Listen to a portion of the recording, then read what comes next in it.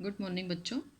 दुआ है कि रब पाक आप सबको अपने हिफ्ज़ व ईमान में रखे। हम सबक कर रहे हैं। खुदा इस वक्त ये चाहता है कि इसका सफ़ा नंबर 123 की हम पढ़ाई करेंगे। वज़ीर का तीसरा सवाल था, खुदा इस वक्त क्या चाहता है?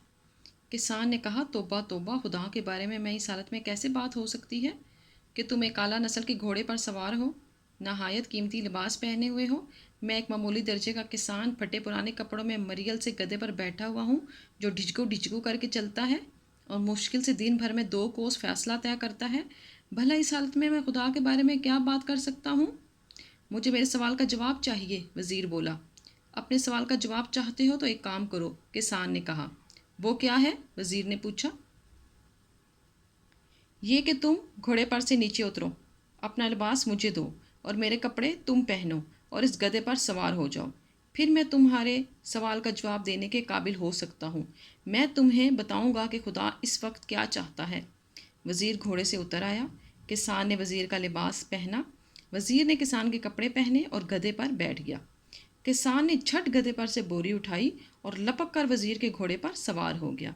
अशरफियों और जवाहरात से भरी भरी बोरी सामने रखी और ईंट लगाकर घोड़े को दौड़ा दिया।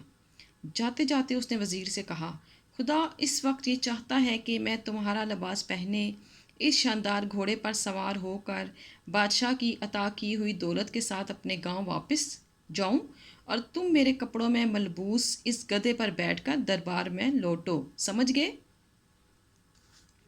मुसन्निफ़ इन इक़्तिबासात में बताते हैं कि जब वज़ीर ने तीसरा सवाल किया किसान से कि खुदा इस वक्त क्या चाहता है, तो किसान ने कहा कि मेरी तो बहुत बुरी हालत है, ठीक है, और मेरे बजाय तुम एक वज़ीर हो, तुम एक आला ख़ानदानी घोड़े पर बैठे हुए हो, इतना अच्छा तुमने कीमती लिबास पहना हुआ है और मैं इतना मामूली सा आम सा इंसान हूँ, फटे हुए मेरे कपड़े हैं, मेरा गधा मरने वाला है और इतना आहिस्ता आहिस्ता चलता है कि मुश्किल से थोड़ा सा फासला तय करता है। इस हालत में मैं इतने पाक खुदा के बारे में कैसे बात कर सकता हूँ? अगर तुम्हें मेरे सवाल का जवाब चाहिए तो तुम्हें मेरा एक काम करना होगा। किसान ने कहा। वज़ीर ने पूछा, क्या? तो उसने कहा कि तुम अपने घोड़े पर से नीचे उतर आओ, अपने कपड़े मुझे दो, मैं तुम्हारे कपड़े पहनूंगा, तुम मेरे गधे पर बैठो, मैं तुम्हारे घोड़े पर बैठूंगा और फिर मैं तुम्हें तुम्हारे सवाल का इस लायक हो सकूंगा कि तुम्हारे सवाल का जवाब दूं कि खुदा इस वक्त क्या चाहता है। वज़ीर ने उसकी बात सुन के वो घोड़े से उतर आया। किसान ने उसका कपड़े पहने। वज़ीर ने किसान के कपड़े पहन लिए। वज़ीर गधे पर बैठ गया और किसान घोड़े पर बैठ गया।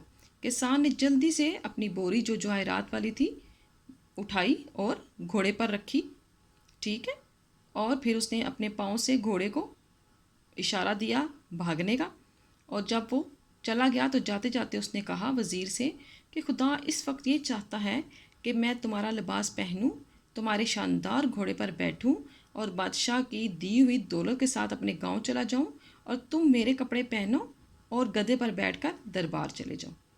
इस तरह किसान ने अपनी अक्लमंदी के साथ सारे सवालात के जवाब दिए और ख़जाना भी उसे वापस नहीं करना पड़ा। वो तमाम ख़जाना अपने साथ लेकर चला गया। इसीलिए कहा जाता है कि जब भी आप पर कोई मुश्किल आए तो घबराना नहीं चाहिए, बल्कि मुश्किल हालात का अक्लमंदी के साथ मुकाबला करना चाहिए, जैसे कि किसान ने किया।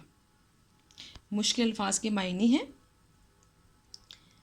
आला नस्ल, ऊंचा ख़ानदान, ढिचकू ढिचकू, रुक रुक कर चलना, मामूली, आम, काबिल, लायक, मरियल जो मरने के करीब हो, झट से, जल्दी से, मलबूस लिबास पहने हुए, शानदार, आला।